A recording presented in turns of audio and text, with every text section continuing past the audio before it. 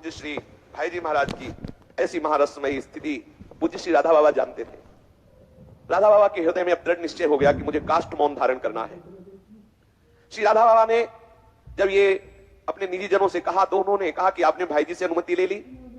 तो राधा बाबा ने कहा अनुमति अब लेने की आवश्यकता नहीं रही, क्योंकि अंदर से बैठ के भाई जी ही बोल रहे हैं, वही अंदर से कह रहे हैं, और हमें कोई संशय हो तो अब अनुमति लूं। जब वही बोल रहे हैं, वही निष्ठा दिला रहे हैं, तो पूछने की क्या जरूरत है। हाँ, लोक व्यवहार में तो सूचना अपने आप पहुंच ही जाएगी उनके पास। मेरा निश्चय परिवर्तनशील नहीं है, मेरा निश्चय पूर्णतया अडिग है। कोई ना कोई सूचना दे ही देगा भाई जी को कि राधा बाबा काष्ठ मौन व्रत धारण कर रहे हैं, या वो बुलाना चाहेंगे तो पुनः चला जाऊंगा, उनसे बता दूंगा कि काष्ठ मौन ले रहा हूं, क्योंकि ये काष्ठ मौन श्री कृष्ण ही दे रहे हैं। श्री कृष्ण ने ही मुझे नियम बताया है कि ऐसे काष्ठ मौन लेना है। एक दो दिन में स्पष्ट कर देंगे सबको कि कौन कौन से नियम धारण करेंगे, वो श्री कृष्ण मुझे प्रेरित करेंगे, मैं बता दूंगा। अंततः समस्त भक्त मंडली में खलबली मच गई कि भाई जी महाराज तो ऐसी रुग्णावस्था को प्राप्त है, पूज्य राधा बाबा ऐसे कठोर नियम ले रहे, किसी से न बोलना न देखना, कैसे कैसे चलेगा। भक्तों का तो जीवन ही होता है भक्तों का संग, रसमयी चर्चा, बड़ी बड़ी आंतरिक समस्याओं का एक क्षण में समाधान। अब वो कैसे होगा, सब अंदर से विकल हो रहे हैं, कैसे मुस्कुरा के बोलेंगे, कैसे हमारी तरफ देखेंगे। श्री भाई जी को यह सूचना दी गई कि बाबा काष्ठ मौन ले रहे हैं। श्री भाई जी महाराज ने भी उस बात को सुनकर के गंभीरता धारण की, इसलिए सबको और दुख हुआ। मन में था कि भाई जी मना कर सकते हैं, भाई जी की आज्ञा बाबा नहीं टालेंगे, लेकिन भाई जी ने एक तरह से अनुमोदन ही किया। श्री पोतार महाराज जी ऊपर से अश्रु बहाने लगे कि ये शरीर बीमार है और बाबा एकदम काष्ठ मौन ले रहे हैं।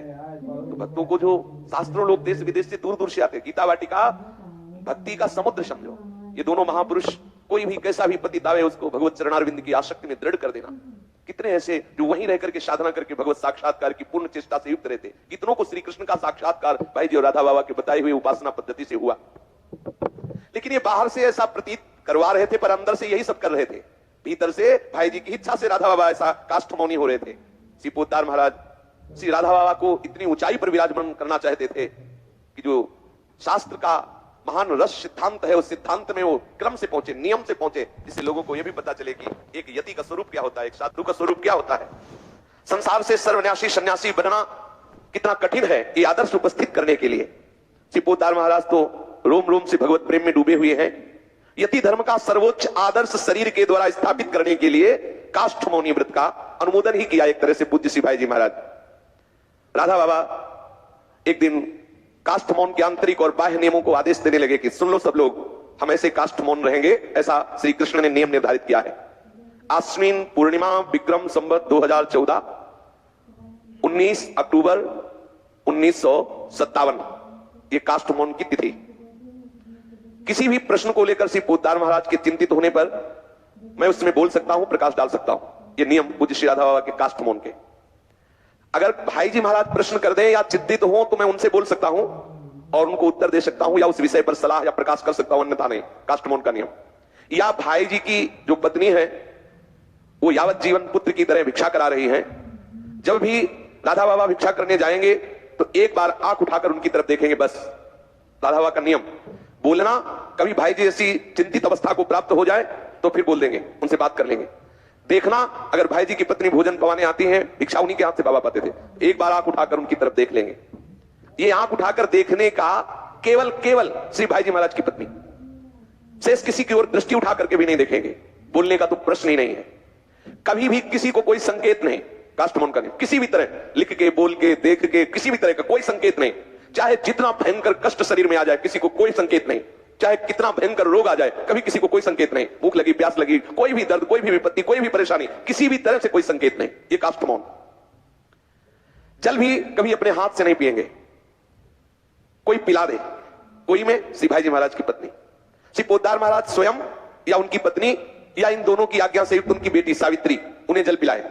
तीसरे के हाथ से, मतलब अन्य के हाथ से उनको जल भी नहीं पीना, स्वयं तो कभी पीना ही नहीं काष्ठ मौन में। भिक्षा भी केवल इन्हीं के हाथ से। दृष्टि केवल भाई जी और भाई जी की पत्नी, बस एक दृष्टि, वो भी कभी ऐसा यदि किसी कारणवश शरीर संग श्री पोतार महाराज से छूट जाएगा तो जहां छूटेगा वहीं स्थित हो जाएंगे। नियम, शरीर से जहां भाई जी से दूर हो गए वहीं कभी भाई जी के शरीर से बिलगाव नहीं हो सकता। प्रीति हो तो ऐसी हो, पूज्य राधा और भाई जी जैसी। उस स्थान से तभी हम हट सकते हैं जब भाई जी हाथ पकड़ के ले चले। ऐसा नहीं हो सकता। अगर वो हमसे अलग हुए वहीं बैठे रहेंगे जब तक वो नहीं लेने आएंगे। और यदि कहीं शरीर शांत हो गया तो आजीवन जहां शरीर उनका पूरा हो वहीं शरीर पूरा कर देंगे। बड़ा कठोर नियम। और ऐसा ही किया बाबा ने। वहीं तीन छा दिया गया जब भाई जी अंतर्ध्यान हुए, जहां गीता वाटिका में भाई जी का शरीर की समाधि दी गई, वहीं तीन छा दिया गया। उतने में ही पूरा जीवन इस महापुरुष ने प्रेम की। यही तो है प्रीति का निर्वाह करना कोई साधारण, प्रीति का निर्वाह करना कोई प्रेमी महापुरुष। अनुकूलता की मांग अनुकूलता में सब प्यार का नाटक करते हैं। प्रीति तो वो होती है जो प्रीतम के लिए की जाती है। आप देखिए एक महापुरुष है, वहीं जहां भाई जी की चिता लगाई गई, जहां समाधि, वहीं टीन पड़ा, वहीं पूरा जीवन दादा बाबा ने व्यतीत किया।